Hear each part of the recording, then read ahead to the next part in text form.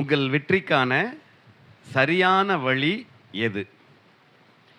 குறிப்பாக இந்த உலகத்தில் வாழ்ந்து கொண்டிருக்கிற எல்லா ஜனங்களும் ஏதோ ஒரு இலக்கை நோக்கி தொடர்ந்து ஓடிக்கொண்டுதான் இருக்கிறார்கள். ஆனால் அவர்கள் விரும்புகிற இலக்கை அடைகிறார்களா? வெற்றி பெறுகிறார்களா என்று சொன்னால் பெரும்பாலும் இல்லை. அவர்கள் விரும்புகிற இலக்கை அடைவதற்கு அல்லது வெற்றி பெறுவதற்கு அவர்களுக்கு உதவி செய்கிறது எதுவாயிருக்கும் என்பதை குறித்த ஒரு ஆலோசனைகளை இன்றைக்கு நாம் பார்க்க போகிறோம். உங்கள் வெற்றிக்கு உதவி செய்வது என்ன? நீங்கள் வெற்றி பெற வேண்டுமானால் உங்களுக்கு உதவி செய்வது எது? குறிப்பாக ஒரு ஓட்டப்பந்தய வீரர் என்று வைத்துக் கொள்ளுங்கள். தனது இலக்கை நோக்கி அவர்கள் தொடர்ந்து முன்னேறி அவர் வெற்றி பெற வேண்டுமானால் அவர் என்னென்ன செய்திருக்க வேண்டும்? எதெல்லாம் அவருக்கு உதவி செய்யும்? ஒரு ஓட்டப்பந்தய வீரர் ஓடி ஜெயிக்கணும்னா அவருக்கு என்னவெல்லாம் உதவி செய்யணும்? விடாத பயிற்சி, நல்லது. அடுத்து விடாமுயற்சி, நல்லது. அடுத்து நல்ல உடல் நலம், உடல் நலத்தை பேணணும். சரி, அடுத்து பிராக்டிஸ், அதான் பயிற்சி. சரி, இப்படி அவர் வெற்றி இலக்கை அடைவதற்கு நிறைய காரியங்கள் அவருக்கு உதவி செய்கிறது. ஆனால் அவர் சென்று சேர வேண்டிய இலக்கு அவர் பார்வையில் இருக்கணும். நான் அங்கே தான் ஓடி முடிக்கணும், அந்த இலக்கை தான் அடையணுங்கிற அந்த குறிக்கோள் இருந்து கொண்டே இருக்கணும். அந்த குறிக்கோளும் லட்சியமும் அவருக்குள்ள இருக்கிறதுனால தான் அவரால் ஜெயிக்க முடியுது. இதெல்லாம் உதவி செய்யுது. நல்ல உடல் நலம், நல்ல பயிற்சி, நல்ல வேக பயிற்சி எல்லாம் தேவை. நம்பிக்கை, அதை விட அந்த நம்பிக்கை, அடைவோம் என்கிற நம்பிக்கை, வெற்றி பெறுவோம்ங்கிற நம்பிக்கை வேணும். நிச்சயமாக நல்லது. அப்போ இது ஒரு காரியம் சொல்லிட்டு நான் உங்களுக்கு செய்திக்கு நிறைய கடந்து போகிறேன். முதலாக ஒலிம்பிக் போட்டி நடத்தின அந்த காலகட்டங்களில் மாரத்தான் என்கிற ஒரு ஓட்டப்பந்தயம் நடத்தப்பட்டது. அதாவது பழைய அந்த ஒலிம்பிக் போட்டி என்று சொல்லப்படக்கூடியது, மாரத்தான் பந்தயம் என்று சொல்லப்படக்கூடியது கிமு 490 நடந்திருக்கு. கிறிஸ்து பிறப்பதற்கு முன்பாக 490 நடந்திருக்கு. இது என்ன நடந்துச்சு அப்படின்னா, கிரேக்கர்கள் அந்த அவர்களுடைய போர் யுத்தம் நடக்கிற அந்த சமயத்தில் பாரசீகர்களை தோற்கடிக்கிறார்கள். கிரேக்கர்கள் பாரசீகர்களை யுத்தத்தில் தோற்கடிக்கிறார்கள். அப்போ கிரேக்கர்கள் பெற்ற அந்த வெற்றி செய்தியை ஏத்தென்ஸ் நகருக்கு கொண்டு போக வேண்டும். கிரேக்க நாட்டுடைய தலைநகரமாக இருந்த ஏத்தென்ஸ், சிட்டி ஆஃப் ஏதென்ஸ், அதுக்கு கொண்டு போகிறதுக்கு ஒரு வீரன் ஓடி போகிறான். அவனுடைய கதை தான் கடைசியில் மாரத்தான் போட்டியை வந்து நின்றுச்சு. அன்றைக்கு அவன் ஏதென்ஸுக்கு ஓடின ஓட்டம் தான், வெற்றி செய்தியை கொண்டு போயின அந்த ஓட்டம் தான், இப்படி ஒரு போட்டி வைக்கலாமேன்னு சொல்லி ஒரு முடிவுக்கு வந்தது. பிற்காலத்தில் கிட்டத்தட்ட 1890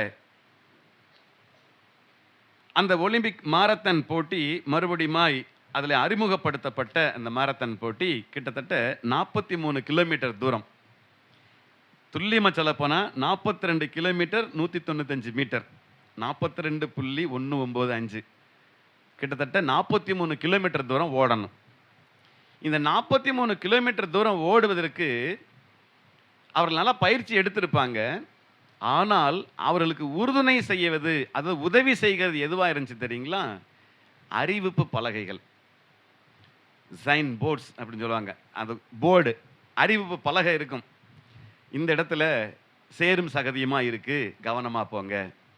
இந்த இடத்துல மலைகள் உருண்டு வருகிற பகுதி, கல் நிறைய கிடக்கும், பார்த்து போங்க. இந்த இடத்துல ஒரு பெரிய திருப்பம் இருக்குது, பார்த்து போங்க. இந்த இடத்துல ஒரு பெரிய பள்ளம் வரும், பார்த்து போங்க. இந்த இடத்துல உயர்ந்த மலை இருக்குது, பார்த்து போங்க. இது அடர்ந்த காட்டு பகுதி, கவனமாக போங்க. இப்படின்னு போர்டு எழுதி வைத்திருப்பார்களாம். அப்போ ஓட்டப்பந்தயம் ஓடுறவங்க எப்படி ஓடணும்? கவனமாக அதை பார்த்து, பலகைகளில் எழுதியிருக்கிறத கேட்டு, அதை உள்ள வச்சு, அதன் பிரகாரம் அவங்க போகணும். ஒருவேளை இவங்க கவனிக்காமல், அந்த போர்டில் பலகையில் எழுதியிருக்கிறத கவனிக்காமல் அவங்க ஓடினாங்கன்னா என்ன செய்வோம்? அவங்க என்ன நடக்கும்னா புதை குழிக்குள்ளாக போயிடுவாங்க.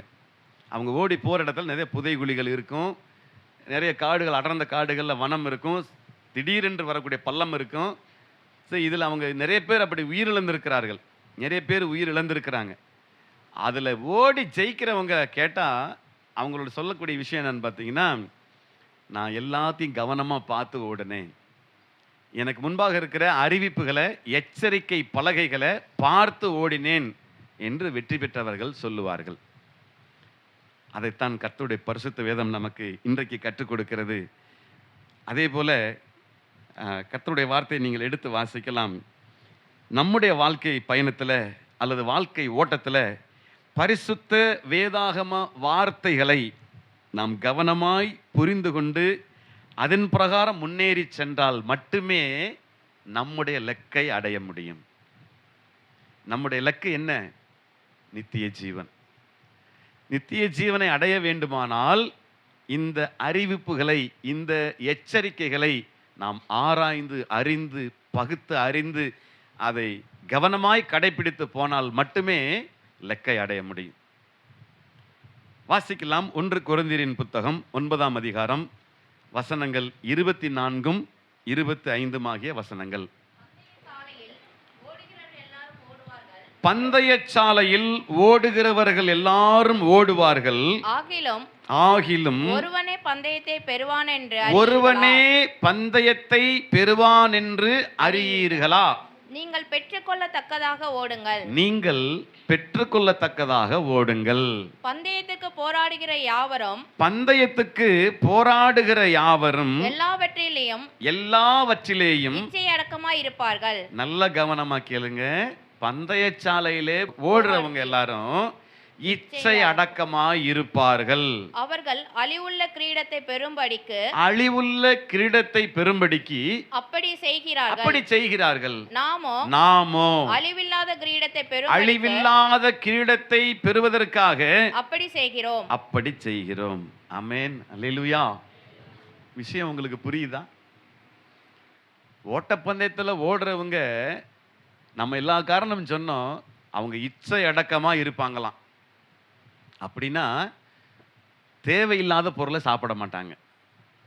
தன் சரீரத்தில் எடை கூடுற அளவுக்கு கொழுப்பான பதார்த்தங்களை தவிர்த்துருவாங்க. நீங்கள் பாருங்கள், காலையில் எக்ஸசைஸ் பண்ணும்போது நல்ல சுண்டல், முளை கட்டின பயிறு, அதை தான் சாப்பிடுவாங்க. நைட்டில் ஒரு வாழைப்பழம் சுருக்கமாக சாப்பிடுவாங்க. உடம்பை திடகாத்திரமாக கட்டாக வச்சுருப்பாங்க. அவங்க நல்லா விடிய நல்லா போதை மருந்துகளை பயன்படுத்தி நல்ல மயக்கத்தில் இருந்துட்டு எந்திரிச்சு ஓட முடியுமா? முடியாது. இச்சை அடக்கமாக இருப்பாங்க. கண்களை பார்க்குறதெல்லாம் அனுபவிக்க நினைக்க மாட்டாங்க. விரும்புறதெல்லாம் சாப்பிடுன்னு நினைக்க மாட்டாங்க. அவர்கள் இச்சை அடக்கமாக இருப்பார்கள். யாரு? அழிந்து போகிற கிரீடத்தை பெறுகிற அவர்களே அப்படி செய்கிறாங்க. நாமோ அழிவில்லாத கிரீடத்தை பெறுகிறவர்களாக இருக்கிறபடினால நாம் எப்படி இருக்கணுமா? இச்சை அடக்கம் உள்ளவர்களாக இருக்க வேண்டும். அப்போ உங்கள் வெற்றிக்கான வழி எங்கே இருக்குது? உங்கள்கிட்ட தான் இருக்குது. நீங்கள் நினச்சிங்கன்னா வெற்றி அடையலாம், நீங்கள் நினச்சிங்கன்னா தோத்தும் போகலாம். இந்த உலகத்தில் பெரும்பாலும் யாரும் தோல்வியை ஏற்றுக்கிறது இல்லை. எத்தனை பேர் தோற்று போக ரெடியாக இருக்கிறீங்க? யாரும் விருப்பம் இல்லை அதுக்கு. நான் தோற்று போகிறதா? தோல்வி எனக்கு பிடிக்காது, நான் தோல்வி அடைய மாட்டேன். நீங்கள் ஜெயிக்கணும்னு என்ன செய்யணும்? கர்த்தருடைய வார்த்தையின்படி நடங்க. எச்சரிக்கை, உங்களுக்கு கொடுக்கப்பட்டிருக்கிற எச்சரிக்கையான வார்த்தைகளை வாசிங்க, அதன் பிரகாரம் நடங்க. இன்னைக்கு கர்த்தர் ஒரு எச்சரிக்கையை கொடுத்தார். வாலிபனே, உன் வாலிப பிராயத்தில் உன் சிருஷ்டிகரை நினை. இன்னைக்கு எத்தனையோ பேர் பெற்றோர்கள் கண்ணீர் வடிக்கிற அளவுக்கு பிள்ளைங்க இருக்கிறாங்க. அதனால கர்த்தர் இன்றைக்கு நமக்கு ஒரு எச்சரிக்கையின் சத்தத்தை நமக்கு தந்திருக்கிறார். பாருங்க, அந்த இச்சை அடக்கம் என்று சொன்னால் ஒரே ஒரு வாய்ப்பாடு நீங்கள் கேட்டுக்கங்க. நமக்கு தேவையில்லாதது மேலே ஆசைப்படுறதெல்லாமே இச்சை தான். அதனால் அதில் இச்சை அடக்கமாக உங்களுக்கு தேவையில்லை, அதெல்லாம் இந்த வயசில் உங்களுக்கு தேவையில்லை, இந்த பிராயத்தில் உங்களுக்கு அது தேவையில்லை அப்படின்னா விட்டுருங்க. அப்போ இச்சை அடக்கம் உள்ளவர்களாக இருங்கள்னு கர்த்தர் சொல்கிறார். சரி, அப்போ உலக பிரகாரமான வெற்றியை குறித்து பலரும் பலவிதமாய் சொல்வதுண்டு. இந்த 4 பேர் 4 விதமாக சொல்லுவாங்கன்னு கேள்விப்பட்டிருக்கீங்களா? அவர் 4 பேர் 4 விதமாக பேசுவாங்கய்யா அப்படிம்பாங்க. என்ன 4 பேர் 4 விதமாக பேசுவாங்க? அப்போது வெற்றி என்பது தோல்வி என்பது சகஜமியா வாழ்க்கையில். வெற்றி தோல்விங்கிறது வாழ்க்கையில் சகஜம். இன்னைக்கு ஒருத்தனுக்கு வெற்றி கிடைக்கும், ஒருத்தன் தோல்வி அடைவான். இன்னைக்கு தோத்தவே நாளைக்கு ஒரு நாள் ஜெயிப்பான். இது சகஜம் அப்படின்னு சொல்லுவாங்க. அது மட்டும் இல்லாமல் எப்பவுமே வெற்றி கிடைக்குமா? தோல்வியும் தான் வரும் அப்படின்னு சொல்லுவாங்க. எப்பவுமே ஜெயிச்சுட்டே இருக்க முடியுமா? எனக்கு அது ஒரு நாள் தோல்வி வரும்ல அப்படின்னு சொல்லுவாங்க உலக மக்கள். கர்த்தர் சொல்லலை, உலக மக்கள் தான் சொல்கிறாங்க. அப்போ வெற்றியும் தோல்வியும் மாறி மாறித்தான் வரும், அதுதான் வாழ்க்கைன்னு சொல்லுவாங்க. 4 பேர் 4 விதமாக சொல்லுவாங்க. அதெல்லாம் நம்ம கேட்டுக்கிட்டு தோற்று போயிட்டு பேசாமல் உட்காரக்கூடாது. ஜெயிக்கிறதுக்கான வழி என்ன, வெற்றி பெறுவதற்கான வழி என்னன்னு தேடி ஆராய்ந்து பார்க்க வேண்டும் என்று கர்த்தர் விரும்புகிறார். சரி, இப்போ உங்களை பார்த்து ஒரு கேள்வி கேட்கிறேன். நீங்கள் உங்கள் வாழ்க்கையில் பெற்றுக்கொண்ட வெற்றிகள் எத்தனை, தோல்விகள் எத்தனை? நீங்கள் பெற்ற வெற்றிகள் எத்தனை, நீங்கள் பெற்ற தோல்விகள் எத்தனை? நினச்சி பாருங்க. பள்ளிக்கூடத்தில் எக்ஸாம் எழுதுனதெல்லாம் கேட்கல, 7வது ஃபெயிலு 8வது ஃபெயிலு அதெல்லாம் கேட்கல. 10th பாஸு 9th பாஸு, அந்த வெற்றி தோல்வி இல்லை. உங்கள் வாழ்க்கை போராட்டத்தில் நீங்கள் பெற்ற வெற்றிகள் எத்தனை, நீங்கள் பெற்ற தோல்விகள் எத்தனைன்னு யோசிச்சு பாருங்க. வெற்றி பெற்றவங்க சொல்லக்கூடிய விஷயம் என்னன்னா, எனக்கு நல்ல மனைவியை கர்த்தர் கொடுத்தார், வாழ்க்கையில் வெற்றி அடைஞ்சிட்டேன். எனக்கு நல்ல பிள்ளைகளை கொடுத்தார், வாழ்க்கையில் வெற்றி அடைஞ்சிட்டேன். எனக்கு நல்ல வேலை வாய்ப்பை கொடுத்தார், வாழ்க்கையில் வெற்றி அடைஞ்சிட்டேன். எனக்கு நல்ல வருமான சம்பாத்தியத்தை கொடுத்தார், வெற்றி அடைஞ்சிட்டேன். எனக்கு நல்ல வண்டி வாகனத்தை தந்தார், வெற்றி அடைஞ்சிட்டேன். எனக்கு நல்ல வீட்டை கொடுத்துருக்கிறார், வெற்றி அடைஞ்சிட்டேன். அப்போ தோல்வி அடைஞ்சவங்க, எனக்குன்னு கொடுத்தாரு பார் ஆண்டவர், எனக்குன்னு வாச்சிச்சே, அது தோல்வி. என்ன அப்படி ஆப்போசிட் பார்த்துக்கங்க, அப்படியே ஆப்போசிட் எதிர்பதத்தில் பார்த்துக்கங்க. அப்போ அதெல்லாம் தோல்விகளில் போய் நிற்கிது. அப்போ வெற்றி அடைந்த மனிதர்கள் சொல்லுகிற அந்த வார்த்தை, நீங்கள் எப்படி நீங்கள் ஜெயிச்சிங்கன்னு கேட்டால் என்ன சொல்லுவாங்க? எனக்குள்ள நம்பிக்கை இருந்துச்சுங்க, நான் இடைவிடாமல் ஆராதிக்கிற தேவன் என்னை விடுவிக்க வல்லவராய் இருந்தார் என்று தானியேல் சிங்கக்குகையில் சொன்னது போல அது வெற்றி. தானியேலுக்கு கிடைத்த வெற்றி. சிங்கங்களின் வாய்களை கட்டி போடுகிற அளவுக்கு கர்த்தர் தானியேல் மேலே பிரியம் வைத்திருந்தார். ஒரு சம்பவம் சொல்லுவாங்க, தானியேலை சாப்பிடாதபடி, அதாவது சிங்கத்தின் அந்த கெபியில தானியேலை கொன்று தின்று விடாதபடி சிங்கங்களின் வாய்களை கர்த்தர் கட்டி போட்டாராம். அவர் சொன்னாரு, சிங்கத்தின் வாயை கட்டி போட அளவுக்கு தெரிஞ்ச ஆண்டவர் தானியேலை வெளியே தூக்கி விட்டுருக்கலாம்ல. ஆனா எல்லாமே நியமத்தின்படி தான் நடக்கும். அதனால தான் கர்த்தர் சரியான நியமத்தின்படி தானியேலை சிங்கக்குகையிலிருந்து இப்படி தப்புவித்தார். சிங்கங்களின் வாய்களை கட்டுற அளவுக்கு கர்த்தர் வல்லமை உள்ளவருங்கிறத எல்லாம் தெரிஞ்சுக்கணும் இல்லை, அதுக்காக. கர்த்தருக்கு மகிமை உண்டாகட்டும். சரி, நான் கேட்ட கேள்விக்கு பதில் வந்துருச்சா? ஜெபத்துக்கு பதில் கொடுத்தார், அதனால வெற்றி அடைஞ்சிட்டான். சூப்பர், நல்லது. பிரசங்கின் புத்தகம் 6ஆம் அதிகாரம் 3ஆம் வசனத்தை ஒருவர் வாசிக்கலாம். பிரசங்கின் புத்தகம் 6ஆம் அதிகாரம் வசனம் 3. நல்ல கவனமா கேளுங்க.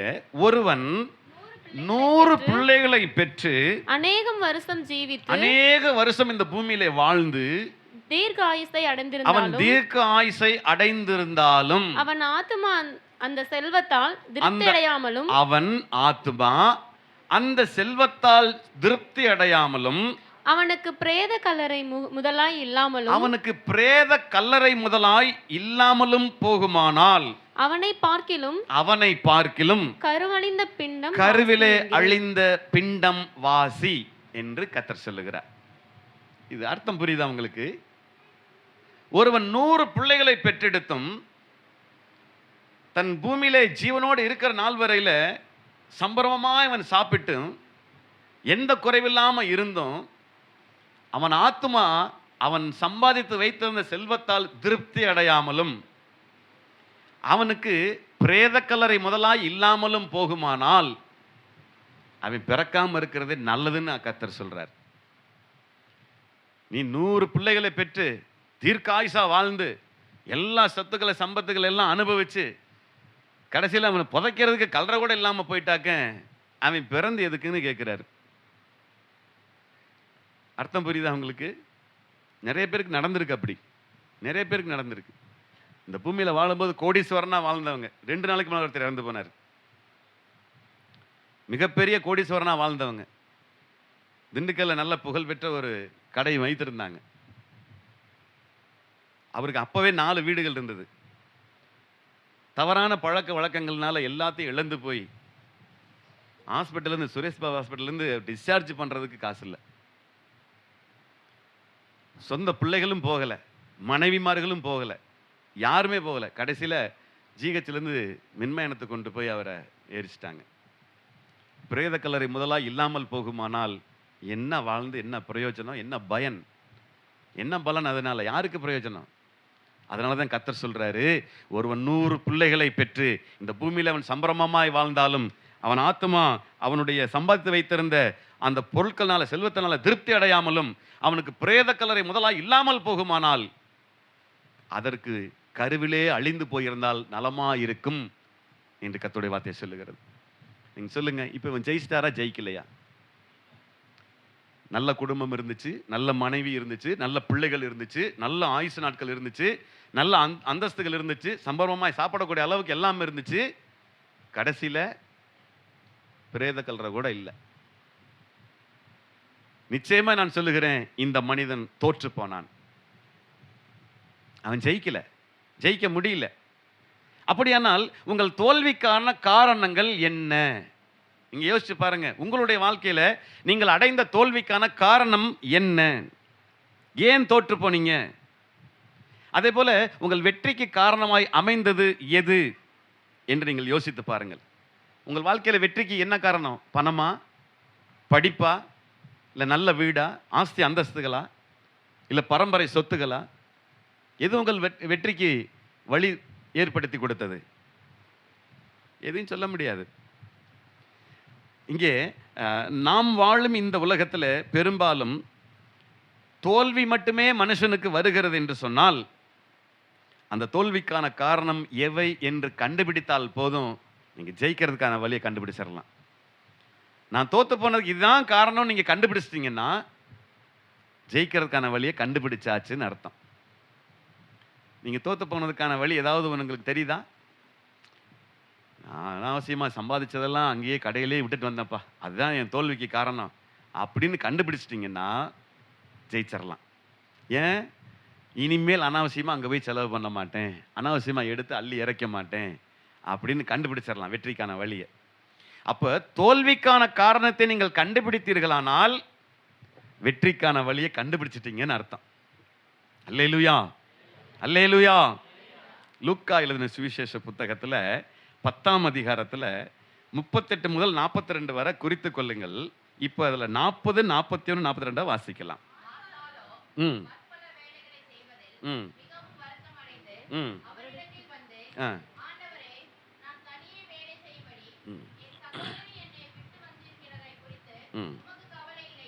பாருங்க, இந்த இடத்துல ஒரு சம்பவத்தை நாம் பார்க்கிறோம். இயேசு கிறிஸ்து பெத்தானியா என்கிற அந்த கிராமத்தில், நகரத்தில், எருசலேமுக்கு சமீபமான அந்த கிராமத்தில் மார்த்தாள், மரியாள் என்பவருடைய வீட்டிற்கு அவர் போகிறார். அவர்கள் மேல் அவர் அதிக பிரியம் வைத்திருந்தார். காரணம், அங்கே லாசரு என்கிற அவருடைய சகோதரன் இருந்தான். இயேசு கிறிஸ்து தன் சீசர்களோடு கூட அந்த வீட்டிற்கு போன பொழுது மார்த்தாள் நிறைய வேலைகளை செய்து கொண்டிருக்கிறாள். ஐயோ, போதகர் வந்திருக்கிறாரே, சீசர்கள் வந்திருக்கிறாங்களே, அவர்களை தனியாக கவனிக்கணுமே, அவர்களுக்கு ஆகாரம் உண்டாக்கி தரணுமே, அவர்களுக்கு திராட்சரசம் கொடுக்கணுமே, தண்ணீர் வார்க்கணுமே, எண்ணெய் கொடுக்கணுமே என்று சொல்லி பற்பல வேலை செய்கிறதிலே கவனமாய் மும்முரமாய் ஓடிக்கொண்டிருந்தாள். 41ஆம் வசனம் சொல்லுகிறது, இயேசு அவளுக்கு பிரதியுத்தரமாக, மார்த்தாளே, நீ அநேக காரியங்களை குறித்து கவலைப்பட்டு கலங்குகிறாய். இயேசு என்ன சொல்றாரு? மார்த்தாளே, நீ அநேக காரியங்களை குறித்து கவலைப்பட்டு கலங்கி கொண்டிருக்கிறாய். 42 தான் கர்த்தர் சொல்றாரு, தேவையானது, எல்லாம் சொல்லுங்க, தேவையானது, தேவையானது ஒன்றே. மரியாள் தன்னை விட்டு எடுபடாத நல்ல பங்கை தெரிந்து கொண்டாள். உங்களுக்கு, உங்களுடைய வெற்றிக்கு தேவையானது ஒன்றே ஒன்று தான். உங்கள் வாழ்க்கையில் வெற்றிக்கு தேவையானது ஒன்று தான். அது என்ன தெரியுங்களா? தேவனுடைய வார்த்தையும் அவர் மேலே இருக்கிற விசுவாசமும். இது ஒன்று தான் உங்களுக்கு தேவை. அந்த நல்ல பங்கை மரியாள் தெரிந்து கொண்டாள். அவர் பக்கத்தில் உட்கார்ந்து அவர் வார்த்தைகளை கேட்டு அந்த வார்த்தைகளை விசுவாசம் வச்சாங்க. ஆனால் மார்த்தாள் எப்படி? பல பல வேலைகளை செய்து அதில் தான் மும்முரமாய் ஓடிட்டு இருந்தாங்க. இதில் கவனம் செலுத்தலை. அப்போ தேவையானது எது? தேவனுடைய வார்த்தையும் அவர் மேலே இருக்கிற விசுவாசம். அந்த வார்த்தை மேலே வைத்திருக்கிற விசுவாசம். எல்லாம் சொல்லுங்க. வார்த்தையும் விசுவாசமும். வார்த்தையும் விசுவாசமும். தேவையானது ஒன்றே. தேவையானது எது? தேவனுடைய வார்த்தையும் அந்த வார்த்தையின் மேலே விசுவாசமும். இதுதான் தேவையானது. இந்த ரெண்டும் இருந்துச்சுன்னா நிச்சயமாய் நான் உங்களுக்கு சொல்லுகிறேன், நீங்க ஜெயிச்சிருவீங்க. அவருடைய வார்த்தையை நீங்க விசுவாசித்தீங்கன்னா, ஏற்றுக்கொண்டீங்கன்னா, நிச்சயமா உங்க வாழ்க்கையில கண்டிப்பா ஜெயிப்பீங்க. அப்படி அதுக்கு நிறைய ஒரு ஆயிரக்கணக்கான வசனங்கள் அதுக்கு இணையாக சொல்லப்பட்டிருக்கிறது. எப்படி இந்த வார்த்தையை வச்சு ஜெயிக்கிறது? இந்த வார்த்தையில எப்படி நம்ம ஜெயிக்க முடியும்? இந்த விசுவாசத்தை வச்சு எப்படி ஜெயிக்கிறது குறித்து நிறைய காரியங்கள் இருக்கு. இயேசு கிறிஸ்து தான் வாழ்ந்த காலகட்டத்தில் நிறைய காரியங்களை நமக்கு செய்து காட்டி இருக்கிறார். நீங்கள் வாழ்க்கையில மட்டுமல்ல, இந்த உலகத்தையே ஜெயிக்க வேண்டுமானால் அதற்கு தேவனுடைய வார்த்தையும் அதன் மேலுள்ள விசுவாசம் மட்டுமே போதும். 1 யோவான் புத்தகம் 5ஆம் அதிகாரம் 4ம் 5ம் ஆகிய வசனங்களை வாசிக்கலாம். தேவனாலே பிறப்பதெல்லாம் உலகத்தை ஜெயிக்கும், நம்முடைய விசுவாசமே உலகத்தை ஜெயிக்கிற ஜெயம். அல்லேலூயா. நீங்கள் தேவனால் பிறந்திருப்பீர்களானால் இந்த உலகத்தை ஜெயிக்க முடியும். நம்முடைய விசுவாசமே இந்த உலகத்தை ஜெயிக்கிற ஜெயம். நீங்கள் தேவனால் பிறந்திருக்க வேண்டும். அதே போல தேவனுடைய வார்த்தையின் மேலே விசுவாசம் வைத்திருக்க வேண்டும். அதுதான் இந்த உலகத்தையே ஜெயிக்கிற ஜெயமாக மாறும் என்று கர்த்தருடைய வார்த்தை சொல்லுகிறது. 5ஆம் வசனம் சொல்லுகிறது, இயேசுவானவர் குமாரன் என்று, தேவனுடைய குமாரன் என்று விசுவாசிக்கிறவனே அன்றி உலகத்தை ஜெயிக்கிறவன் யார்? உலகத்தை ஜெயிக்கிறவன் யார்? அப்ப உலகத்தை ஜெயிக்கிறது யாரு? உலகத்தை ஜெயிக்கிறது யாரு? இயேசுவானவர் தேவனுடைய குமாரன் என்று விசுவாசிக்கிறவனே உலகத்தை ஜெயிக்கிறவன். அல்லேலூயா. உலகத்தினா என்னவா? வாழ்க்கையில நம்ம வாழ்க்கையில ஜெயம் வரணும்னா, வெற்றி வரணும்னா இயேசுவை விசுவாசிக்க வேண்டும். அதுதான் வழி. வேற எந்த வழி நமக்கு சொல்லல. வெற்றி அடைவதற்கு இன்றைக்கு அநேக வழிகள் உண்டு. ஒரு எக்ஸாம்ல பாஸ் பண்ண முடியல, தொடர்ந்து 3 வருஷம் எழுதிட்டு இருக்கிறாங்கன்னா உடனே கேட்பான், ஏதாவது லூப் லைன் இருக்கா? ஏதாவது குறுக்கு வழி இருக்குதா? குறுக்கு வழியில போய் ஜெயிக்கிறது வெற்றி இல்லை. உண்மைதானே? குறுக்கு வழியில போய் ஜெயிச்சோம்னா அது எப்படி வெற்றி ஆகுமா? ஆகாது. நீ லஞ்சம் கொடுத்தானே வேலைக்கு போய் சேர்ந்த, நீ இப்படி பண்ணித்தானே அந்த வெற்றி அடைஞ்ச, நீ அடுத்தவனை அடிச்சுட்டு தானே நீ மேலே போன, அதெல்லாம் வெற்றி ஆகாது. அருமையான கர்த்தருடைய பிள்ளைகளே, அப்போ நீங்கள் வெற்றி அடைய வேண்டுமானால் இயேசு கிறிஸ்துவை நீங்கள் விசுவாசிக்க வேண்டும். அவருடைய வார்த்தையின் மேலே உங்கள் விசுவாசம் இருக்க வேண்டும். இப்போ தோற்று போனவங்களாம் நினச்சிப்பாங்க, ஐயோ இது தெரியாமல் போச்சு, எங்களுக்கு இது தெரியாமல் நிறையா தடவை நாங்கள் தோற்று போயிட்டோமே. இன்னையிலிருந்து தெரிஞ்சுக்கங்க, கர்த்தர் நிச்சயமாய் உங்களுக்கு வெற்றியையும் ஜெயத்தையும் தருகிறவராக இருக்கிறார். அது அந்த வெற்றி அவருடைய வார்த்தையில் இருக்கிறது, அவர் மேலே வைத்திருக்கிற விசுவாசத்தில் இருக்கிறது உங்கள் வெற்றி. அப்போ நாம மிகவும் பொறுமையா, நீ கவனமா நான் சொல்றதை மட்டும் கேளுங்க. ஒரு பறவை இருக்கு, அது ஒரு காய்ந்து போன ஒரு மரத்துல ஒரு கிளையில உட்கார்ந்துருக்கு, போய் உட்காருது. நல்ல கவனமா கேளுங்க. ஒரு காஞ்சு போன மரம், அதுல காஞ்சு போன ஒரு குச்சியில போய் இந்த பறவை உட்காருது. இந்த பறவை உட்காரும்போது, ஐயோ நம்ம உட்காரும்போது இந்த கிளை முறிஞ்சு விழுந்துருமோ, இது உடஞ்சி விழுந்துருமோன்னு பயத்தோட உட்கார்றதில்லை. அந்த பயத்தோட போய் உட்கார நினைக்கிறீங்களா? இல்லை. ஏன்னா அது நம்புறது அந்த உடைந்து போகிற கிளையை அல்ல, தன் சிறகுகளை. கவனமா கேளுங்க. அது நம்புவது அந்த உடைந்து போகிற கிளைகளை அல்ல, தன்னிடம் இருக்கிற சிறகுகளை அது நம்புகிறது. அதைத்தான் கர்த்தர் சொல்றாரு, அழிந்து போகிற உலகத்தை நீங்க நம்பாதீங்க, உங்க மேல நம்பிக்கை வைங்க. என்னால ஜெயிக்க முடியும், என்னால போராடி ஜெயிக்க முடியும், என் இந்த மதிலை தாண்டி போக முடியும், என்னால் இந்த மலை ஏறி இறங்க முடியும், என்னால் சகலவற்றையும் ஜெயிக்க முடியுங்கிற விசுவாசமும் தன்னம்பிக்கையும் முதல்ல உங்களுக்குள்ள வேணும். அந்த நம்பிக்கை இருந்தால் மட்டும்தான் நீங்கள் அடுத்து தாண்டி போக முடியுமே தவிர வேற குறுக்கு வழி இல்லை. குறுக்கு வழியில் நீங்கள் முயற்சி பண்ண வேண்டாம்.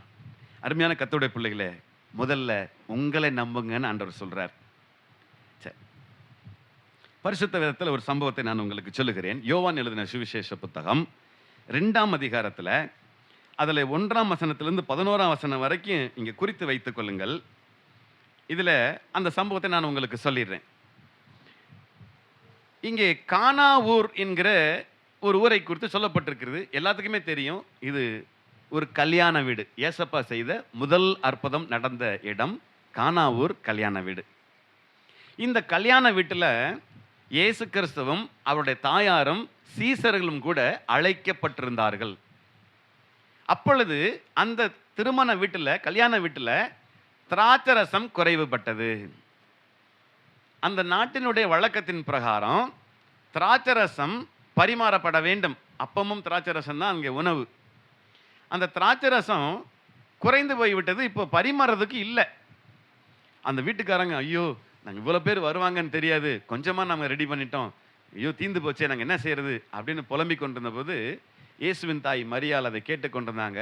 அவடத்துல சொல்கிறாங்க, இயேசுவின் தாய் மரியாளுக்கு தெரியும் ஏசப்பா நம்ம கூட இருக்கிறாரு, இன்னும் என்ன குறைவு நமக்கு அப்படின்னு சொல்லி ஏசப்பாட்ட போய் சொல்கிறாங்க, மகனே இங்கே திராட்சரசம் குறைவுபட்டிருக்குதான், அது என்னன்னு கொஞ்சம் பாருங்க அப்படின்னு.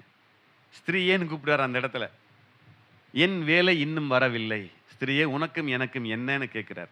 நீங்கள் அந்த வசனங்களை நீங்கள் வாசித்து பாருங்க வீட்டில். அப்போது என் வேலை இன்னும் வரவில்லைன்னு சொல்லிட்டு அவர் வெயிட் பண்ணிட்டு இருக்கிறாரு. மரியாள் அதுக்காக அவங்க வெயிட் பண்ணவே இல்லை. மரியாள் சொன்ன வார்த்தை வாசிங்க, 5ஆம் வசனம் நினைக்கிறேன், வாசிங்க.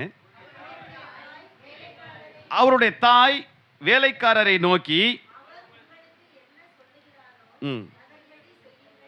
மறந்துடாதீங்க, வேலைக்காரரை நோக்கி ஏசப்பா நிற்கிறாரு, அவர் உங்களுக்கு என்ன சொல்லுகிறாரோ அதன்படி செய்யுங்கள் என்றார். அதன்படி செய்யுங்கன்றார். அவங்க சொல்லிட்டு அவங்க போய் கிளம்பிட்டாங்க. அவங்க அப்படியே நகர்ந்து போயிட்டாங்க. இந்த வார்த்தையை மறந்துடாதீங்க, அவர் உங்களுக்கு என்ன சொல்லுகிறாரோ அதன்படி செய்யுங்க. இன்னைக்கு உங்களுக்கு சொல்ற வார்த்தையும் அதுதான். உங்க வாழ்க்கையில வெற்றி வேணுமா, உங்கள் குறைவுகள் நிறைவாகணுமா, அவர் உங்களுக்கு என்ன சொல்லுகிறாரோ, அவர் உங்களுக்கு என்ன சொல்லுகிறாரோ அதன்படி செய்யுங்கள். சத்தமே காணாமே. அவர் உங்களுக்கு என்ன சொல்லுகிறாரோ அதன்படி செய்யுங்கள். நீங்க வெற்றி அடையணுமா, உங்க வாழ்க்கையில ஜெயிக்கணுமா, நீங்க இந்த இடத்துக்கு போய் சேரணுமா, அவர் உங்களுக்கு என்ன சொல்லுகிறாரோ அதன்படி செய்யுங்கள். அவர் உங்களுக்கு என்ன சொல்லுகிறாரோ அதன்படி செய்யுங்கள். வேற எதுவும் செஞ்சிடாதீங்க. அவர் உங்களுக்கு என்ன சொல்றாரோ அதன்படி செய்யுங்க. இதுதான் கர்த்தருடைய வார்த்தை. நடந்த சம்பவம் தெரியுங்களா? அங்கே யூதர்களுடைய முறைமையின்படி கால்களை கழுவுவதற்காக வைக்கப்பட்டிருந்த 6 கற்சாடிகள் இருந்தது. அந்த 6 கற்சாடிகளில் அங்கே தண்ணீர் தீர்ந்து போய்விட்டது. ஏன்னா அந்த விருந்துக்கு வந்தவங்களெல்லாம் கால்களை கழுவிட்டு தான் விருந்துக்கு போகிறாங்க. அப்போ கால்களை கழுவிட்டு போனவங்க எல்லாருமே அந்த போய் பந்தியில் பங்கெடுத்துக்கிட்டு இருக்கிறாங்க. எல்லாம் போயிட்டாங்க. அப்போ இந்த 6 கற்சாடிகளிலும் தண்ணீர் இல்லை. இந்த 6 கற்சாடிகள் என்பது பழைய பிரமாணத்தை குறிக்கிறது. எது தெரியுமா? பழைய பிரமாணம் எது தெரியுமா? தோல்வி. தோல்வி தான் பழைய பிரமாணம். இப்போ வெற்றியா மாறப்போகுது. ஏன்? இயேசு வந்துட்டார். இயேசு வந்துட்டாரு, குறைவு நிறைவாக போகுது. அந்த பழைய பிரமாணம் புதிய பிரமாணமா மாறப்போகுது. தோல்வி ஜெயமாக மாறப்போகிறது. அதனால தான் இயேசுவின் தாய் மரியாள் சொல்றாங்க வேலைக்காரரை நோக்கி, அவர் உங்களுக்கு என்ன சொல்லுகிறாரோ அதன்படி செய்யுங்க. அப்ப பார்த்தார் ஏசப்பா, அதை தண்ணி கொண்டு வந்து நிரப்புங்கன்னாரு. இவங்க ஏன்னு கேட்கல. ஏன்னா சொல்லிட்டாங்க, மரியாள் என்ன சொல்லிருக்காங்க, அவங்களுக்கு என்ன சொல்றாரோ அதன்படி செய்யுங்கன்ட்டாங்க. தண்ணியை கொண்டு வந்து நிரப்புனாங்க. பந்தி விசாரிப்புக்காரனை அங்கே பந்தி பரிமாறவங்கள்ட்ட எடுத்து போய் பரிமாறுங்கன்ட்டார். இவர் கையை நீட்டல, ஜெபம் பண்ணலை, ஆண்டவரே நோக்கி பார்க்கல, அதில் கையை உள்ள விட்டெல்லாம் எதுவும் பண்ணலை, எந்த ஒரு மேஜிக்கும் பண்ணலை. ஒரே வார்த்தை சொன்னார், எடுத்து போய் பரிமாறுங்கன்ட்டார். இந்த வேலைக்காரங்க, என்ன ஆண்டவர் நாங்க தான் தண்ணி ஊத்துனா இதை கொண்டு போய் பரிமாற சொல்றீங்கன்னு கேட்டிருக்கலாம். ஆனா கேட்கல. ஏன் தெரியுமா? மரியாள் சொல்லிட்டாங்க, அவர் உங்களுக்கு என்ன சொல்லுகிறாரோ அதன்படி செய்யுங்க. அதன் பிரகாரம் அவங்க எடுத்துக்கொண்டு போய் ஊத்துறாங்க. பந்தி விசாரிப்புக்காரன் பார்க்கறான், டேய் இது என்ன ரசம்? இந்த ரசம் இவ்வளவு நேரம் எங்கடா வச்சிருந்தீங்க? எல்லா வீட்லயும் கடைசியில நம்ம ஊர் கல்யாணம் தெரியுமில்ல உங்களுக்கு, கடைசியா பந்திக்கு போறவங்களுக்கு தெரியும். சர்ச்சு முடிஞ்சு கடைசி பந்திக்கு போறவங்களுக்கு இது சாம்பாரா ரசமான்னு கேட்பாங்க. ஏன்னா ரெண்டு மிக்சிங் ஆயிருக்கும். கடைசி நேரத்தில் இப்படிப்பட்ட நல்ல ரசத்தை இன்னுமா வச்சிருந்தீங்க, இது எங்க வச்சிருந்தீங்கன்னு பந்தி விசாரிப்புக்காரன் கேட்கிறேன். இந்த ரசம் எப்படி மாறிச்சு? அப்ப தண்ணி எப்படி ரசமா மாறிச்சு? இவர் எதுவுமே செய்யலையே. நான் சொல்றேன், அவர் சொன்ன வார்த்தையில வல்லமை இருந்துச்சு. எடுத்து பரிமாறுங்கன்னு சொல்லிட்டாரு, நீங்க பரிமாற வேண்டியதுதான். எடுத்து சாப்பிடுங்கன்னா நீங்க சாப்பிட வேண்டியதுதான். அது நல்ல ரசமா மாறுறது அவர் கையில இருக்கு, அவர் வார்த்தையில வல்லமை இருக்கு. அதனாலதான் சொல்றாரு, நீங்க வெற்றியடைய வேண்டுமானா அவர் வார்த்தையை முதல்ல நம்புங்க, அவர் வார்த்தையின் மேல விசுவாசம் வைங்க, அப்பதான் நீங்க ஜெயிக்க முடியும். இதைத்தான் கர்த்தராகிய தேவன் இன்றைக்கு உங்களுக்கு கற்றுக் கொடுக்கிறார். ஆகவே நான் தோல்வி என்ற அந்த பழைய பிரமாணத்தை மாற்றி வெற்றி என்கிற ஒரு புதிய பிரமாணத்தை பெற வேண்டுமானால் நாம் என்ன செய்ய வேண்டுமானால், அவர் உங்களுக்கு என்ன சொல்லுகிறாரோ அதன்படி செய்ய வேண்டும். சொல்லுங்க, அவர் உங்களுக்கு என்ன சொல்லுகிறாரோ அதன்படி செய்ய வேண்டும். சரி, சங்கீதம் 119:1 ஒரு சில வசனங்களை சொல்லி நான் நிறைவு செய்ய போறேன். சங்கீதம் 119:1, கர்த்தருடைய வேதத்தின்படி நடக்கிற உத்தம மார்க்கத்தார் பாக்கியவான்கள். அல்லேலூயா. கர்த்தருடைய வேதத்தின்படி நடக்கிற உத்தம மார்க்கத்தார் பாக்கியவான்கள். கர்த்தருடைய வேதம் என்னது? அவர் சொன்ன வார்த்தை. இந்த வேதம் முழுக்க இருக்கிறது என்னது? கர்த்தருடைய வார்த்தை. அப்ப கர்த்தருடைய வார்த்தையின்படி, இந்த வேதத்தின்படி நடக்கிற உத்தம மார்க்கத்தார் பாக்கியவான்கள். எப்படி பாக்கியவான்கள்? அது சங்கீதம் 19:7 தான் வாசிச்சோம். இன்னைக்கு சங்கீதம் 19 வாசிச்சோம். 7ஆம் வசனம், கர்த்தருடைய வேதம் குறைவற்றது, இது குறைவற்றதும் ஆத்மாவை உயிர்ப்பிக்கிறதுமா இருக்கிறது, கர்த்தருடைய சாட்சி சத்தியமும் பேதையை ஞானியாக்குறதுமா இருக்கிறது. அப்ப இந்த குறைவற்ற வார்த்தை குறைவுள்ளதை நிறைவாக மாற்றும். இந்த வார்த்தையில வல்லமை இருந்தபடினாலதான் திராட்சரசம் குறைவுபட்ட போது இந்த வார்த்தையில இந்த வல்லமை புறப்பட்டு வெறும் தண்ணீரை திராட்சரசமாக மாற்றினது. அல்லேலூயா. இப்ப உங்க வாழ்க்கையில குறைவு இருக்கு, இப்ப வெறும் தண்ணி தான் இருக்கு, தண்ணி கூட இல்லை, இப்ப தண்ணி இனிமேல் தான் மொண்டு ஊத்தணும். அப்போ குறைவற்ற கர்த்தருடைய வார்த்தையை நீங்க விசுவாசிங்க.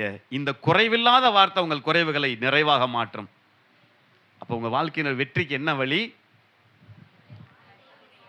அந்த வார்த்தையின் மேல விசுவாசம் வைக்கணும், வார்த்தையை நம்பணும், அந்த வார்த்தையை விசுவாசிக்கணும். வார்த்தை யாரு? இயேசு. அவர்தான் வார்த்தை. யோவான் 1:1 சொல்லுகிறது, ஆதியிலே வார்த்தை இருந்தது, அந்த வார்த்தை தேவனிடத்தில் இருந்தது, அந்த வார்த்தையே தேவனாய் இருந்தது. அதிலே 1:14 சொல்லுகிறது, அந்த வார்த்தை மாம்சமாகி கிருபையினாலும் சத்தியத்தினாலும் நிறைந்தவராய் நமக்குள்ளே வாசம் பண்ணினார்.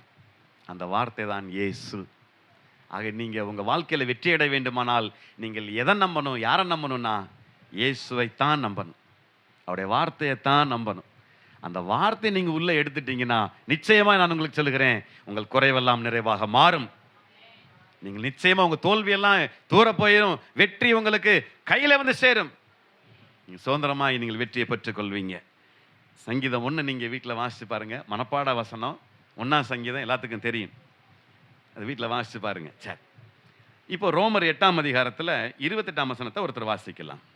அன்றியும் அவருடைய தீர்மானத்தின்படி அழைக்கப்பட்டவர்களாய் தேவனிடத்தில் அன்பு கூறுகிறவர்களுக்கு, நல்ல கவனிங்க, தேவனிடத்தில் அன்பு கூறுகிறவர்களுக்கு சகலமும் நன்மைக்கு ஏதுவாக நடக்கிறது என்று அறிந்திருக்கிறோம். சகலமும் நன்மைக்கு ஏதுவாய் நடக்கிறது என்று அறிந்திருக்கிறோம். யாருக்கெல்லாம் நன்மைக்கு ஏதுவாய் நடக்குது? யாரெல்லாம் தேவனிடத்தில் அன்பாய் இருக்கிறார்களோ அவர்களுக்கு சகலமும் நன்மைக்கு ஏதுவாய் நடக்கும். இதை 1 யோவான் 5ஆம் அதிகாரத்தில் 3ஆம் வசனம் சொல்லுகிறது. 1 யோவான் 5:3, நாம் தேவனுடைய கற்பனைகளை கைக்கொள்வதே அவரிடத்தில் அன்பு கூறுவதாம். அவரிடத்துல அன்பு கூறணும்னா இப்ப ஏசப்பாட்ட நீங்க அன்பு கூறுறீங்க. எப்படி அன்பு கூறுறீங்க? எப்படி அன்பு கூற முடியும்? அவர் சொன்ன வார்த்தைகளை நீங்க கீழ்ப்படிந்து ஏற்றுக்கொண்டு அதை கைக்கொள்வீர்களானால் அவரிடத்தில் அன்பு கூறுவதற்கு சமம். இப்போ நான் சொல்றேன், அடுத்த வாரம் வரும்போது எல்லாரும் ஒயிட் வெயிட் போட்டு வாங்க அப்படிங்கிறேன். உண்மையிலே என் மேல ரொம்ப அன்பா இருக்கிறவங்க, டேய் பாச சொல்லிட்டாருப்பா, எப்படியாவது வெள்ளை சட்டை போட்டு போயிடணும் அப்படின்னு போட்டு வருவாங்க. அவர் என்ன சொல்றது, நாங்க என்ன கேட்கறது அப்படின்னாக்க நல்ல கண்ணங்கரையன்னு ஒரு சட்டையை போட்டு வந்து நிற்பீங்க. அப்ப என்ன அர்த்தம் அப்படின்னா, என் மேல நீங்க அன்பா இருக்கிறீங்கன்னா அதை நீங்க செயல்ல காமிப்பீங்க. அதான் சொல்றாரு ஏசப்பா, தான் சொல்றாரு, என் மேல நீங்க அன்பா இருக்கிறீங்கன்னா நான் சொன்ன வார்த்தையை கை கொள்ளுங்க. அல்லேலூயா. இந்த வார்த்தையை கை கொள்வீங்கன்னா நீங்க தேவனிடத்தில் அன்புள்ளவர்களா இருக்கிறீங்கன்னு அர்த்தம். அல்லேலூயா. கர்த்தருக்கு மகிமை உண்டாகட்டும். இன்னொரு வார்த்தை சொல்லுது பாருங்க, அதுல நீங்க கடைசியில் வாசிங்கன்னா அந்த கற்பனைகள் பாரமானவர்கள் அல்லன்னு சொல்லியிருக்கும். இந்த நான் சொன்னதெல்லாம் கஷ்டமெல்லாம் கிடையாதுங்க. உபாகமத்தின் புத்தகத்துல 5ஆம் அதிகாரம் 10ஆம் வசனம். உபாகமத்தின் புத்தகம் 5ஆம் அதிகாரம் 10ஆம் வசனத்தை நீங்க வாசிக்கலாம். என்னிடத்தில் அன்பு கூர்ந்து என் கற்பனைகளை கை கொள்ளுகிறவர்களுக்கோ 1000 தலைமுறை மட்டும் இரக்கம் செய்கிறவராயிருக்கிறேன். அல்லேலூயா. யாருக்கு 1000 தலைமுறை வரைக்கும் இரக்கம் செய்கிறாரு?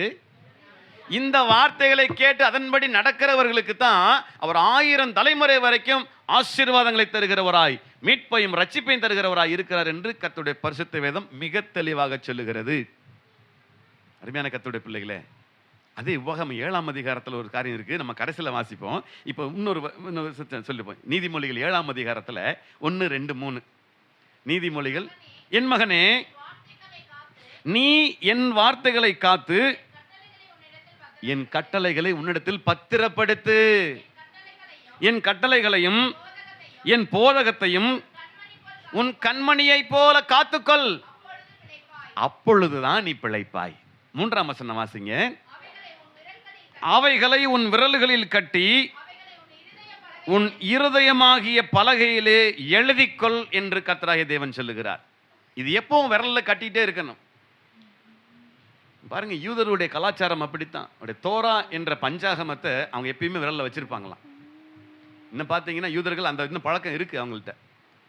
இப்ப கர்த்தர் நமக்கு சொல்றாரு, நீ எங்க எழுதினாலும் அலைஞ்சு போயிடும், உன் இருதயமாகிய பலகைகளை எழுதிக்கொள். இந்த கற்பனைகளை, கட்டளைகளை, கர்த்தருடைய வார்த்தைகளை இருதயத்தில் எழுதி வை, மறக்காத. அதனால சொல்றாரு, 1ஆம் வசனத்தை சொல்லியிருக்காரு, நீ என் வார்த்தைகளை காத்து என் கட்டளைகளை உன்னிடத்தில் பத்திரப்படுத்து.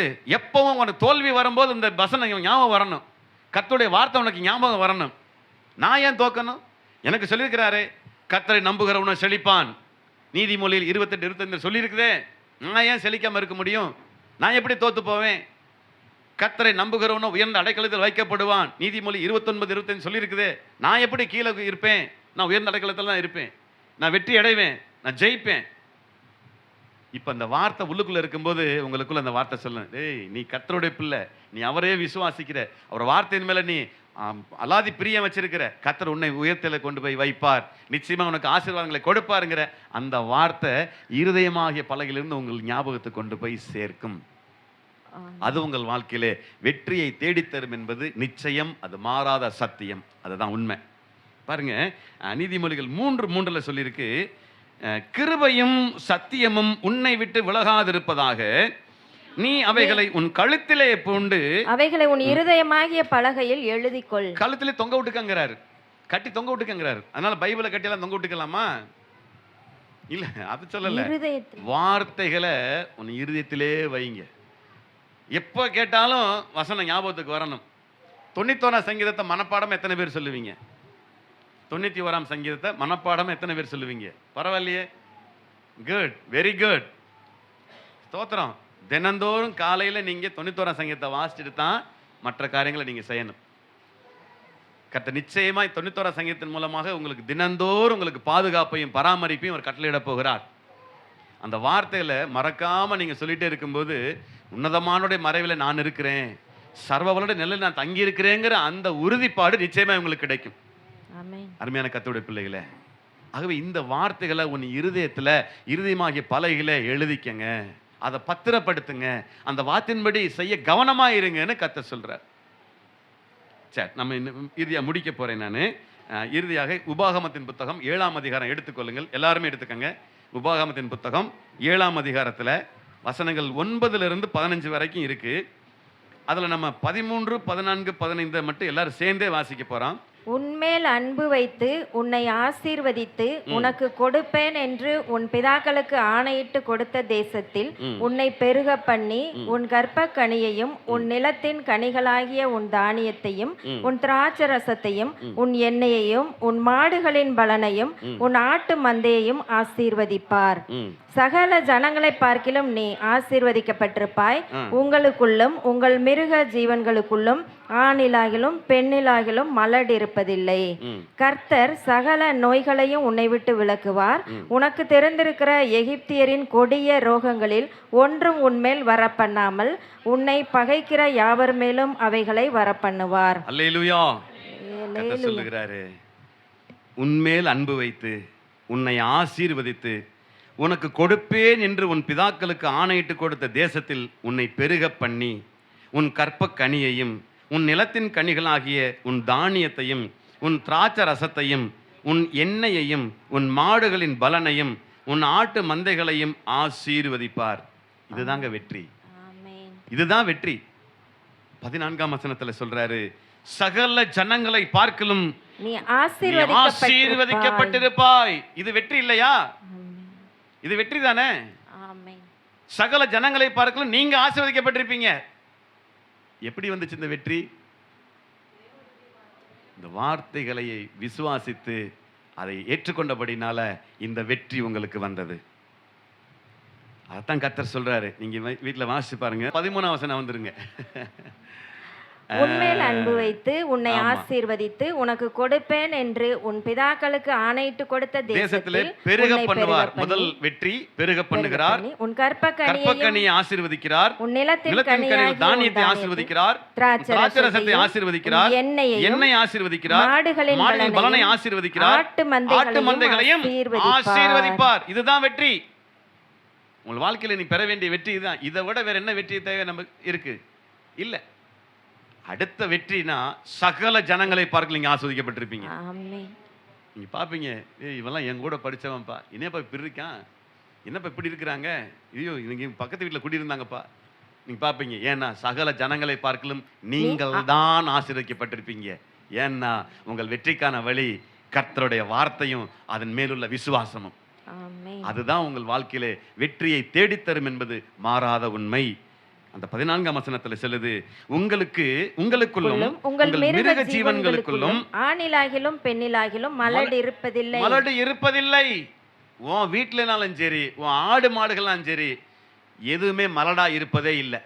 எல்லாம் தங்கள் குட்டிகளை கொடுக்கும், எல்லாம் விருத்தி அடையும், இந்த உலகத்தை நிரப்பும், நன்மையினால் நிரப்பும். அதுதாங்க வெற்றி. வேற என்ன வெற்றி?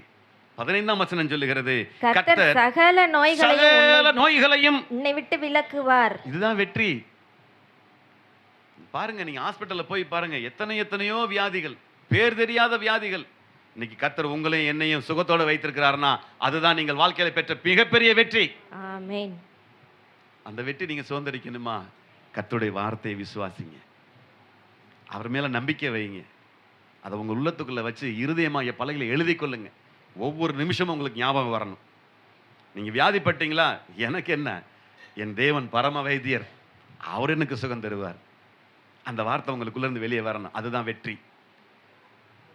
சிலர் சொல்லுவாங்க, கர்த்தர் தருவார் தான், இருந்தாலும் நம்ம பார்க்கறத பார்க்கணும்ல, நம்ம பார்க்கறத பார்க்கணும்லம்பாங்க. என்னன்னா அதுக்கு எங்கேயாவது போய் சாமி பார்க்கணுமா?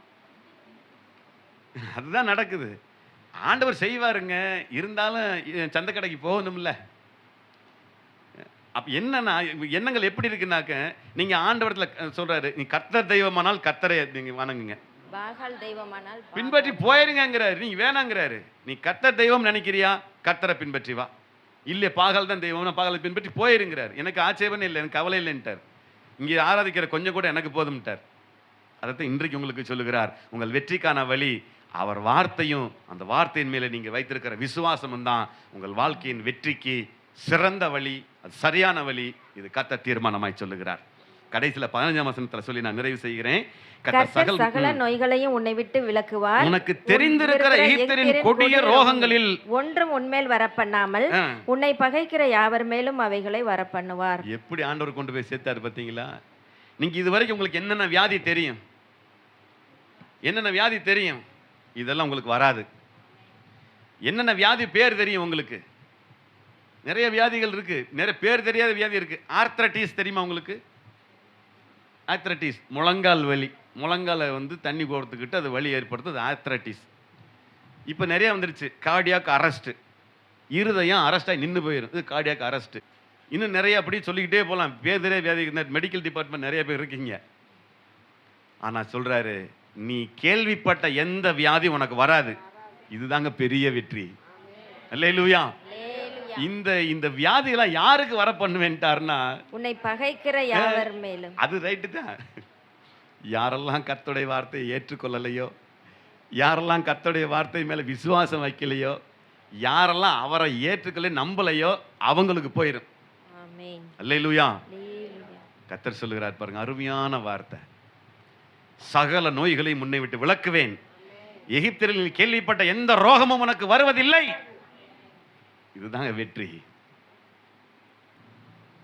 ஆக நிச்சயமாய் கர்த்தர் சொல்லுகிற அந்த வார்த்தையை கேட்டு அதன் பிரகாரம் நீங்க நடப்பீங்கன்னா, நீங்க தான் இந்த உலகத்துல வெற்றியை சுதந்திரிக்கிறவர்கள், நீங்க தான் வெற்றியாளர்கள். இந்த உலகத்துல ஓட்டப்பந்தயத்துக்கு ஓடுறவன் அழிவுள்ள கிரீடத்தை பெறுவதற்காக அவன் ஓடுகிறான், இச்சையடக்கமா இருக்கிறான்.